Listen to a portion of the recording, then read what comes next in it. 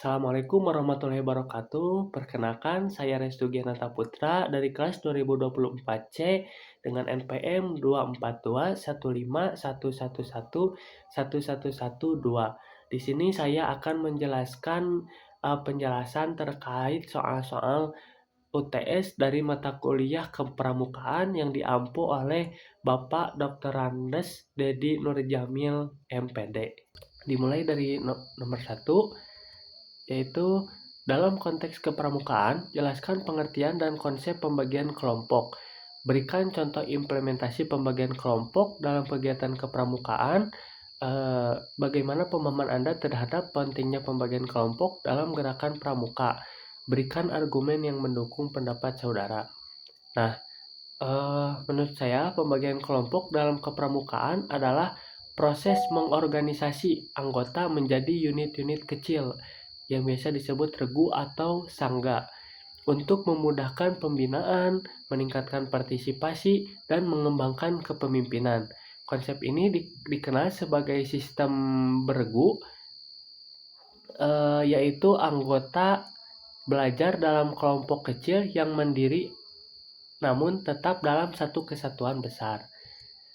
Nah, contoh implementasinya yaitu yang pertama, dalam pramuka penggalang, anggota dibagi ke dalam beberapa regu, misalnya regu elang, regu harimau, dan sebagainya. Nah, setiap regu memiliki pemimpin regu dan wakilnya.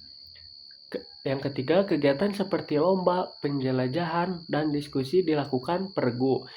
Yang keempat, penilaian sering berbasis kelompok untuk melatih kerja sama.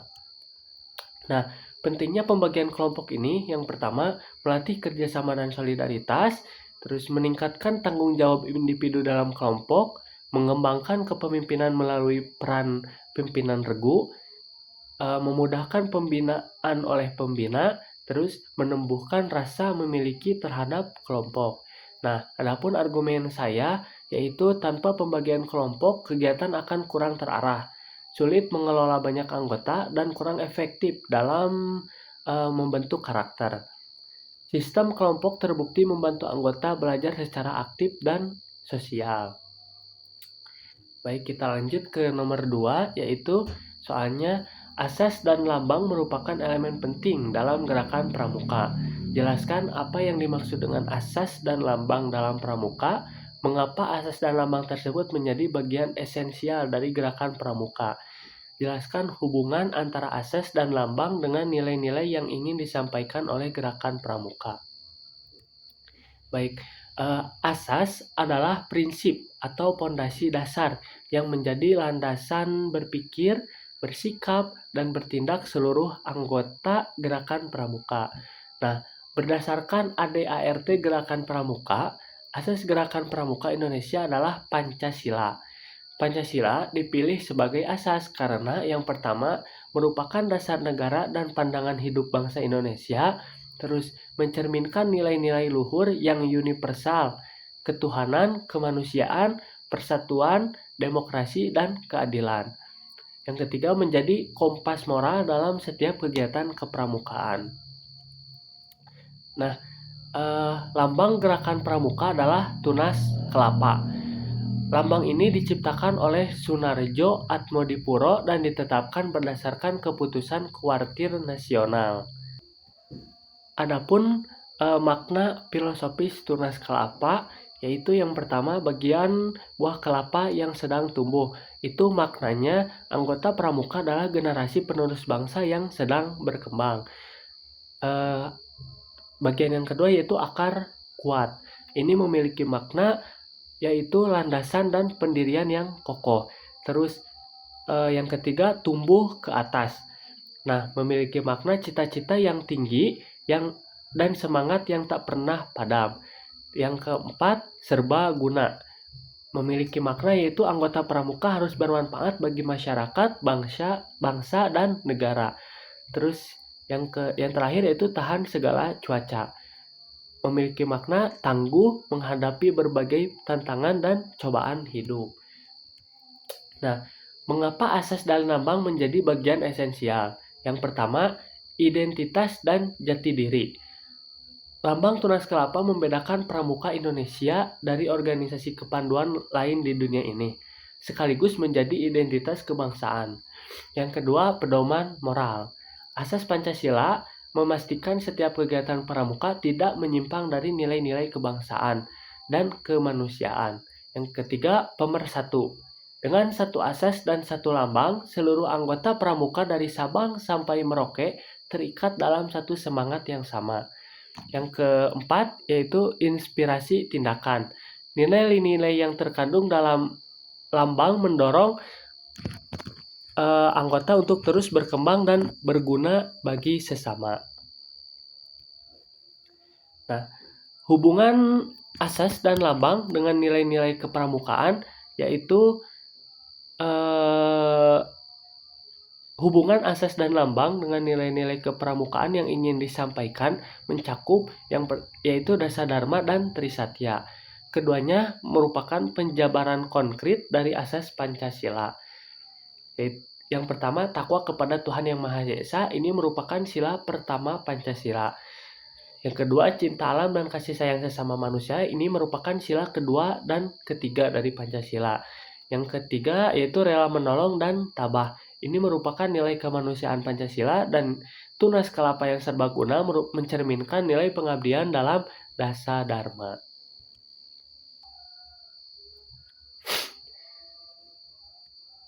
Baik, lanjut ke nomor 3 yaitu soalnya fungsi dan peranan kepramukaan dalam pendidikan bangsa memiliki dampak yang signifikan.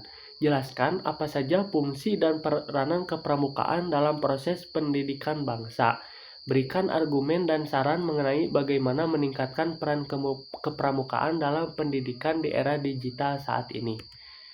Nah, berdasarkan UU nomor 12 tahun 2010 tentang gerakan pramuka, kepramukaan memiliki fungsi sebagai berikut, yaitu yang pertama, fungsi pendidikan non-formal. Pramuka melengkapi pendidikan formal di sekolah dengan memberikan pengalaman belajar secara langsung atau experiential learning di alam terbuka. Nah, keterampilan praktis seperti navigasi, pertolongan pertama, dan survival tidak diajarkan di kelas biasa.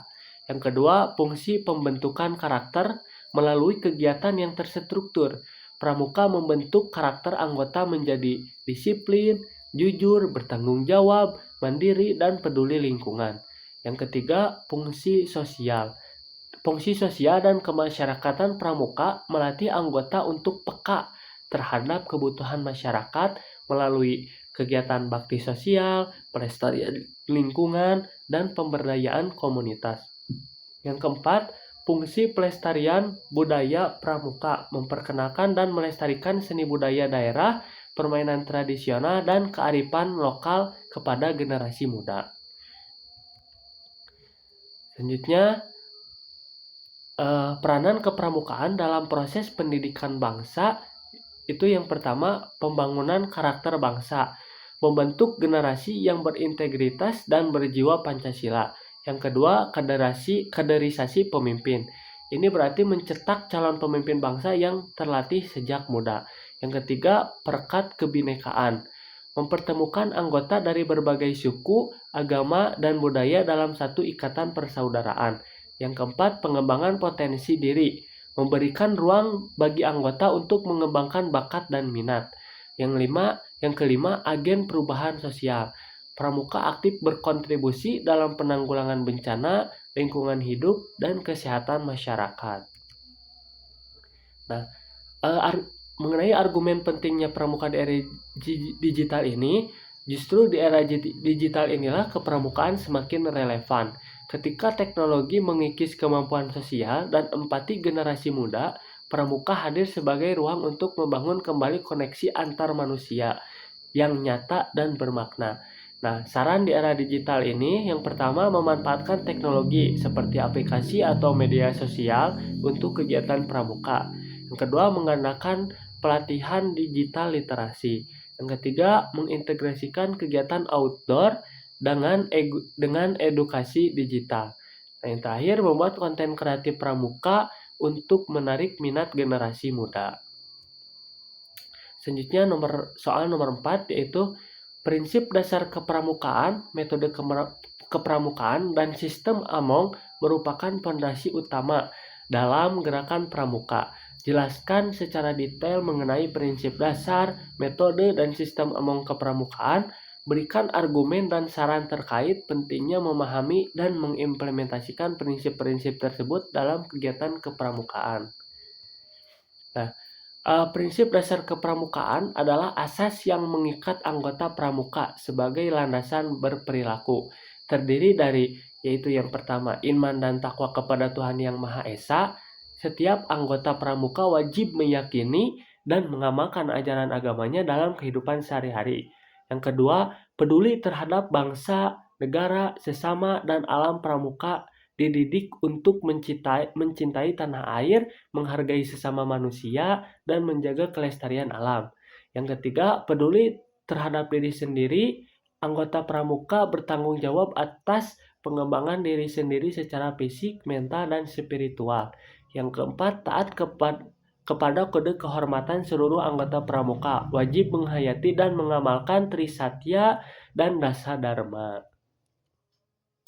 Metode kepramukaan adalah cara pendidikan yang khas dan menyenangkan, meliputi yaitu yang pertama pengamalan kode kehormatan. Maksudnya itu penerapan Trisatya dan Dasa Dharma dalam kehidupan nyata. Yang kedua, belajar sambil melakukan. Jadi tidak hanya teori tetapi langsung dipraktikkan. Yang ketiga yaitu sistem bergu. Nah, sistem bergu ini merupakan belajar dalam kelompok kecil untuk mengembangkan kerjasama. Yang keempat, kegiatan di alam terbuka. Kegiatan outdoor yang melatih kemandirian dan ketangguhan.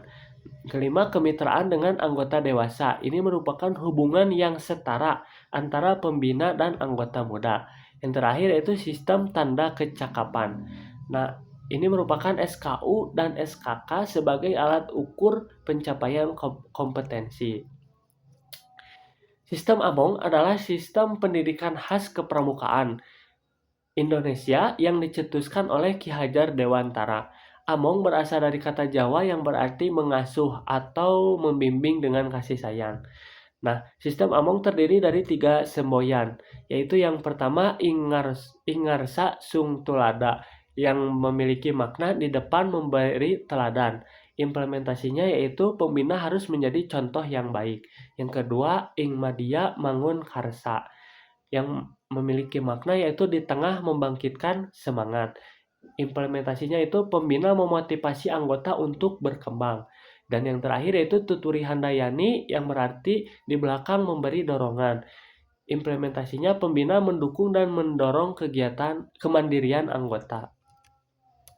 Nah, argumen saya, prinsip dasar, metode, dan sistem Among merupakan sebuah ekosistem pendidikan yang saling melengkapi. Prinsip dasar kepramukaan memberi arah, metode kepramukaan memberi cara, dan sistem Among memberi atmosfer yang memungkinkan pendidikan berlangsung dengan penuh kasih sayang dan hormat. Tanpa ketiganya, kepramukaan hanya akan menjadi kegiatan fisik biasa tanpa kedalaman pedagogis. Nah, sarannya yaitu yang pertama, setiap pembina wajib memahami dan mengimplementasikan sistem Among secara konsisten. Yang kedua, kegiatan pramuka harus dirancang berdasarkan metode kepramukaan yang baku, bukan sekedar kegiatan seremonial. Yang ketiga, evaluasi berkala terhadap penerapan prinsip dasar kepramukaan dalam perilaku anggota sehari-hari. Selanjutnya, soal nomor 5 yaitu organisasi gerakan pramuka memiliki struktur dan regulasi tertentu yang mengatur jalannya kegiatan. Jelaskan mengenai organisasi gerakan pramuka dan struktur organisasi yang ada di dalamnya. Apa itu ada ADART dan bagaimana pengaruhnya dalam pengalaman anggota pramuka.